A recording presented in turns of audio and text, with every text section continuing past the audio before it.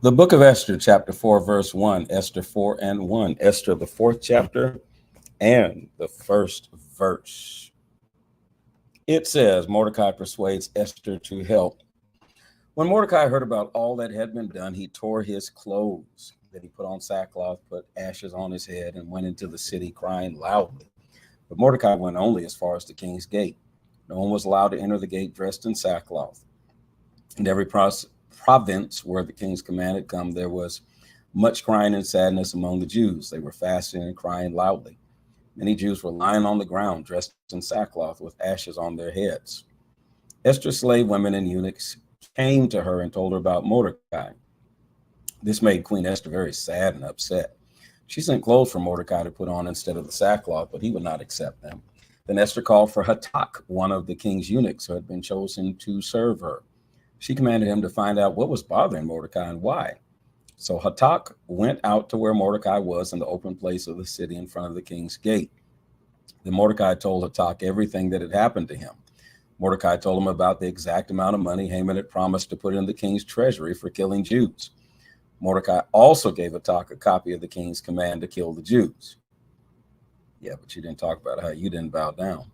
The command had been sent out all over Susa. He wanted Hatak to show it to Esther and tell her everything, and he told him to encourage Esther to go to the king and beg him for mercy for Mordecai and her people.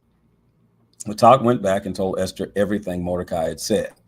Then Esther told Hatak to say this to Mordecai. Mordecai, all the king's leaders and all the people of the king's provinces know this. The king has one law for any man or woman who goes to the king without being called. That person must be put to death unless the king holds out his gold scepter to them. If the king does this, the person's life will be saved, and I have not been called to go to see the king for 30 days. Then Esther's message was given to Mordecai. When he got her message, Mordecai sent his answer back. Esther, don't think that just because you live in the king's palace, you will be the only Jew to escape. If you keep quiet now, help and freedom for the Jews will come from another place. But you and your family, father's family, will all die. And who knows, maybe you've been chosen to be the queen for such a time as this. Then Esther sent this answer to Mordecai. Mordecai, go and get all the Jews in Susa together and fast for me. Don't eat or drink for 3 days and nights. I and my women servants will fast too. After we fast, I'll go to the king. I know it's against the law to go to the king if he didn't call me, but I'll do it anyway. If I die, I die. So Mordecai went away and did everything Esther told him to do. The book of Esther, chapter 5, verse 1. Esther speaks to the king. On the third day, Esther put on her special robes, and she stood in the inside area of the king's palace in front of the king's hall. The king was sitting on his throne in the hall, facing the place where people entered the throne room. When the king saw Queen Esther standing in the court, he was very pleased. He held out to her the gold scepter that was in his hand. So Esther went into the room and went near the king. Then she touched the end of the king's gold scepter. The king asked, "What's bothering you, Queen Esther? What do you want to ask me? I'll give you anything you ask for, even half of my kingdom." Esther said, "I prepared a party for you and Haman. Will you and Haman please come to the party today?" The king said, "Bring Haman quickly so that we may do what Esther asked." So the king and Haman went to the party Esther had prepared for them. While they were drinking wine, the king asked her again, "Now, Esther, what do you want to ask for? Ask for anything. I'll give it to you. So what is it you want? I'll give you anything you want, up to half my kingdom." Esther answered, "This is what I want to ask for. If the king is pleased with me and thinks it's good to give me what I asked for, let the king and Haman come tomorrow. I will prepare another party for them. Then I will tell you what I really want." Haman's anger at Mordecai. Haman left the king's palace that day very happy and in a good mood. But when he saw Mordecai at the king's gate, he became very angry. Haman was very mad at him because Mordecai didn't show any respect when Haman walked by. Mordecai was not afraid of Haman, and this made Haman mad. But Haman controlled his anger and went home. Then Haman called together his friends and his wife Zeresh.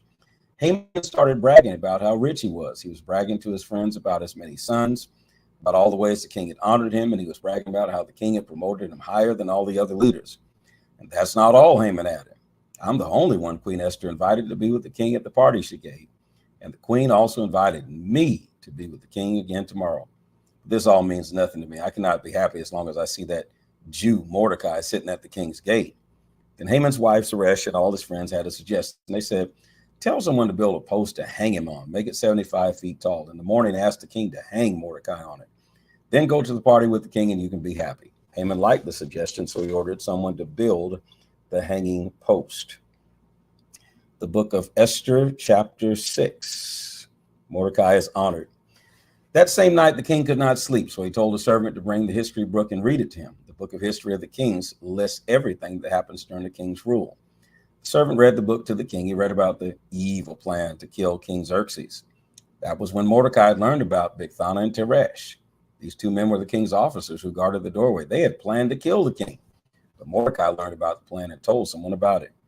Then the king asked, what honor and good things have been given to Mordecai for this? The servants answered the king, nothing has been done for Mordecai. Haman had just entered the outer area of the king's palace. He had come to ask the king to hang Mordecai on the hanging post. Haman had commanded to be built. The king said, who just came into the courtyard? The king's servant said, Haman standing in the courtyard. So the king said, bring him in. When Haman came in, the king asked him a question. He said, Haman, what should be done for a man the king wants to honor?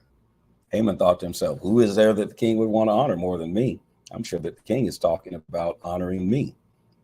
So Haman answered the king, do this for the man the king loves to honor. Have the servants bring a special robe.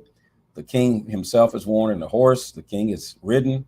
Have the servants put the king's special mark on the horse's head, and put one of the king's most important leaders in charge of the robe and the horse, and let the leader put the robe on the man the king wants to honor. Then let them lead him on the horse through the city streets. As he leads him, let him announce, this is done for the man the king wants to honor. Go quickly, the king commanded Haman. Get the robe and the horse and do just as you suggested for Mordecai the Jew. He's sitting near the king's gate. Do everything that you suggested. So Haman got the robe and the horse. He put on the robe on Mordecai and led him on horseback through the city streets.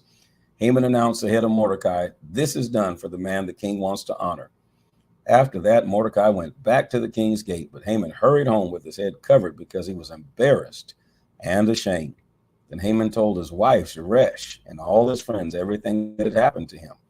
His wife and the men who gave him advice said, if Mordecai is a Jew, you cannot win. You've already started to fall. Surely you'll be ruined. While they were still talking to Haman, the king's eunuchs came to Haman's house. They made Haman hurry to the party that Esther had prepared.